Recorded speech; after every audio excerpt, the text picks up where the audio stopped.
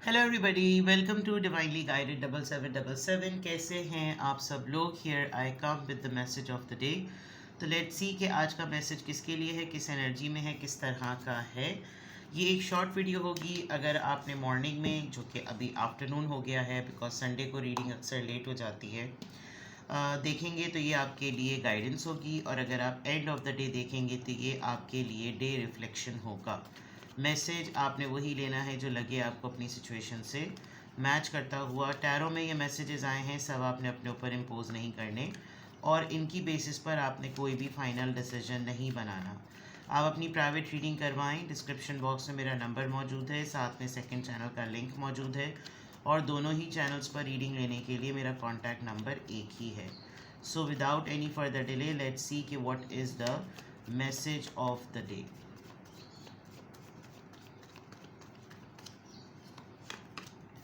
Emperor, death, ace of pentacles, right. और bottom of the deck पर है two of cups, Cancer, Scorpio, Pisces. There is a reconciliation, किसी conflict के resolve होने की बात। देयर इज़ समवन, मुझे ऐसा लग रहा है कि आप हैं या खुद या फिर कोई पर्सन अपनी ईगो को लेट गो करके एंड करके एक न्यू बिगनिंग में एक ऑफ़र की तरफ आ रहा है। कोई आपको कांटेक्ट करेगा, कोई आपसे मिलने के लिए कहेगा, कोई आपसे पार्टनरशिप की बात करेगा, कोई कंपैटिबिलिटी की बात कहेगा, कोई रियलाइज़ करने का कहेगा कि फ़ाइन, जो हुआ सो हुआ, बट लेट्स मीट अगेन। आपको कोई प्रपोज भी कर सकता है, किसी फैमिली की तरफ से आपके लिए कोई प्रपोज़ल भी आ सकता है। और इंगेजमेंट की बात होगी कि लेट्स गेट इंगेज्ड, मिल लेते हैं, हम एक दूसरे के नाम से मंसूब हो जाते हैं। कोई ऐसी चीज़ हो सकता है, किसी किसी की शादी भी फिक्स हो जाए, शादी की डेट अगर अटकी हुई थी तो वो फिक्स हो जाएगी, पॉसिबिलिटी नज़र आ रही है। बहुत ज़बरदस्त, जिसे कहना चाहिए ना, बड़े ही ज़बरदस्त तरीके के आज कार्ड्स हैं और आपकी स्टेबिलिटी को आज बहुत ज़्यादा रिफ्लेक्ट कर रहे हैं। अभी तक तो मैं इसका कॉन्टेक्स्ट देखूंगी तो पता चल जाएगा कि ये एनर्जी डेवलप क्यों हुई। आप या तो अपने किसी पुराने बहुत ही लव्ड वन फ्रेंड से मिलेंगे, आपका कोई बहुत ही पुराना मोहब्बत करने वाला इंसान आपको कांटेक्ट करेगा, कोई ऐसा पर्सन जिसको आपने, आपके साथ जिसकी शायद आपकी और उसकी बातचीत अब बिल्कुल ख़त्म हो गई थी। ऐसा हो गया था कि जैसे अब बस अब बिल्कुल डेडलॉक और एंड हो गया है। ऐसा कुछ नहीं है कि जैसे अब दोबारा से कोई मामलात समझते हुए सुलझते हुए नज़र आएँ। कोई होप शायद आप छोड़ चुके थे because of the ego matter, लेकिन ऐसा लग रहा है कि आपको कहीं से कोई ऐसी ऑफ़र नसीब होगी, ऐसा कुछ लग रहा है। टू ऑफ कप्स यहाँ किस कॉन्टेक्स्ट में आया है? हेजिडेंट था, कोई हेजिडेंट है और उसको लग रहा है कि नहीं, मैंने गलती करी, मुझे इसको मिस्ड अपॉर्चुनिटी नहीं बनाना चाहिए था और अगर मैंने इसको नहीं अपने साथ जोड़ा तो एक ये वेस्टेड टैलेंट हो जाएगा और जो पोटेंशियल है इसमें वो पोटेंशियल मसला कर जाएगी। It is a kind of जो लोग बिल्कुल होप यूँ भी लूज़ कर गए कि उनके यहाँ कभी कोई फैमिली की इन्हांसमेंट नहीं होगी, इनफर्टिलिटी वाला मामला, कोई चीज़ें ज़रखेज़ नहीं होंगी, कुछ फैमिली आगे नहीं बढ़ेगी, वो भी एक चीज़ नज़र आ रही है कि होपलेस हो गए थे। मैंने कहा था ना, किसी कॉन्फ्लिक्ट का एंड होगा आपकी।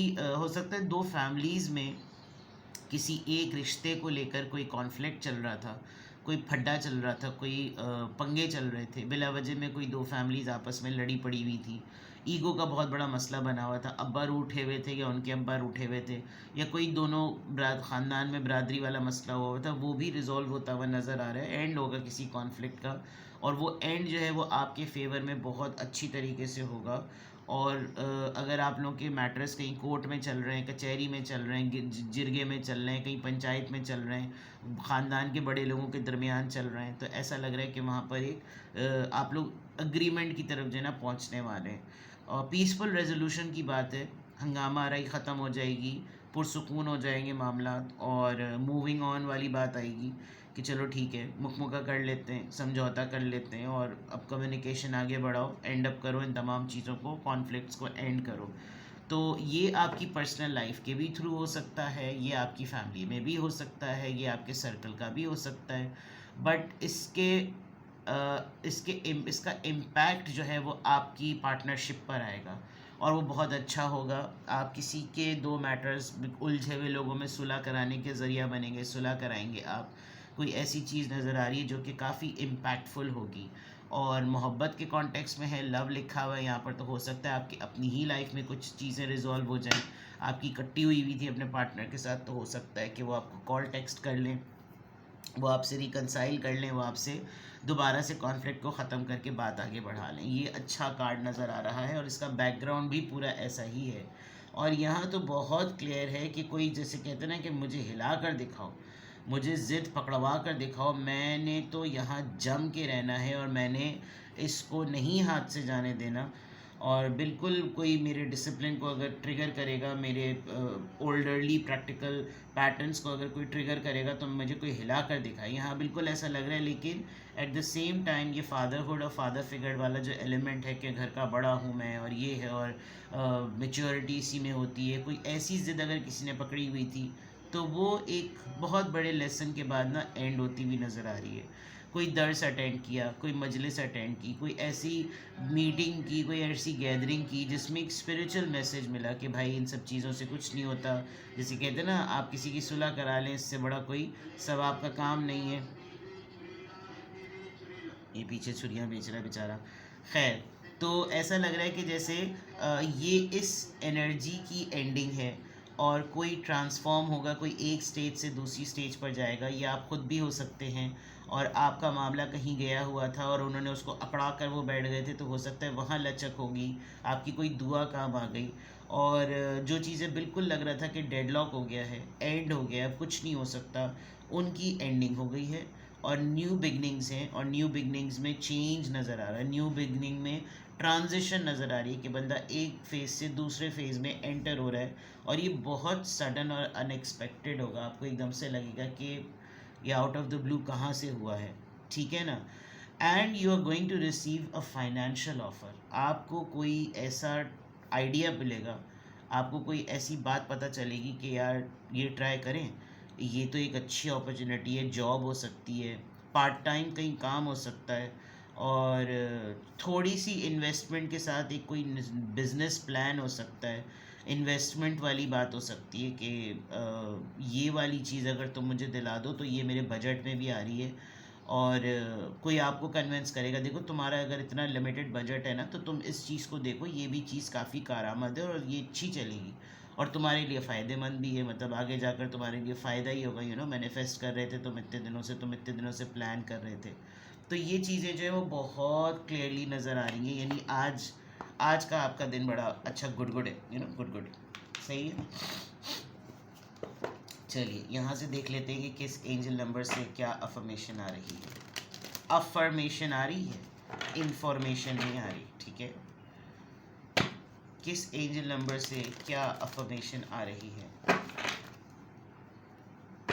किस एंजल नंबर से क्या अफर्मेशन आ रही है।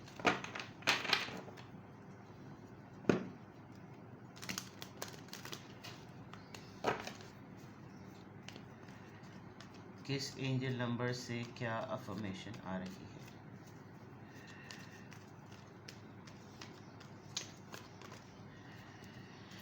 Number 24, I am generous. Generosity तो छलक रही है चारों तरफ से। You have a heart of gold and very skilled at maintaining balance, stable relationship. तो यानी कि आप ही हैं वो जो ज़रिया बन रहे हैं। You are loyal to your loved ones and are able to be the nurturer. Fertility की बात आई थी ना, protector, provider, all at once. मुझे लग रहा है आप ही वो ज़रिया बन रहे हैं जो रिश्तों को एक जगह जोड़ कर रखने के लिए ना एक बहुत बड़ी रीज़न बनेंगे। इसके ज़्यादा और क्या कहा जाए। यू आर जेनरस, अमीर नहीं, सखी। और सखी इंसान वसाइल से नहीं होता, बरकतों से होता है, दुआओं से होता है, आदात से होता है, अमल से होता है। और सखावत जो है वो हर अच्छी नेकी को सोचने के बाद उस पर अमल करने की जो ना वो एक क्वालिटी होती है। तो आपका दिल वैसे ही बिल्कुल सोने सुनहरी सोने जैसा दिल है आपका, और आप इतने स्किल्ड हैं बैलेंस मेंटेन करने में, ख़ास तौर पे रिश्तों को लेकर आपको बहुत वैल्यू करते हैं आप रिश्तों की, और जो ऐसे रिश्ते जो स्टेबल रहें, जो मज़बूत रहें, क्योंकि आप लॉयल हैं, आप ईमानदार हैं, आप वफ़ादार हैं अपने लव्ड वंस पे, और आपके अंदर एक सलाहियत है कि आप हर किसी को एक वो एज देते हैं कि यार चीज़ों को ग्रो करो, जो अच्छी चीज़ें उनको मल्टीप्लाई करो, जो बुरी चीज़ें, कहते हैं ना कि एनर्जी एक्सपेंसिव होती है, तो सिर्फ उन लोगों के साथ जो इसको मल्टीप्लाई करना जानते हैं, बस ये एक बात होती है, energy is expensive, it multiplies with the right people, simple is that. तो वो एक फंडा, एक फार्मूला आपके ऊपर पूरा का पूरा यहाँ पर अप्लाई होता है, और you are the best protector and your best provider all at once. तो ये बहुत खूबसूरत बात है, और बहुत कम लोग ऐसे होते हैं जिनको अल्लाह ताला ने ये ख़ासियत जो है ना वो अता की हुई होती। तो आज की अफर्मेशन में अल्हम्दुलिल्लाह, I am happy, I am confident, I am strong, I am generous, and इंशाअल्लाह ताला ये तमाम चीज़ें आपके हक़ में बेहतर होंगी। अपना बेहद ख्याल रखिएगा। Bye bye.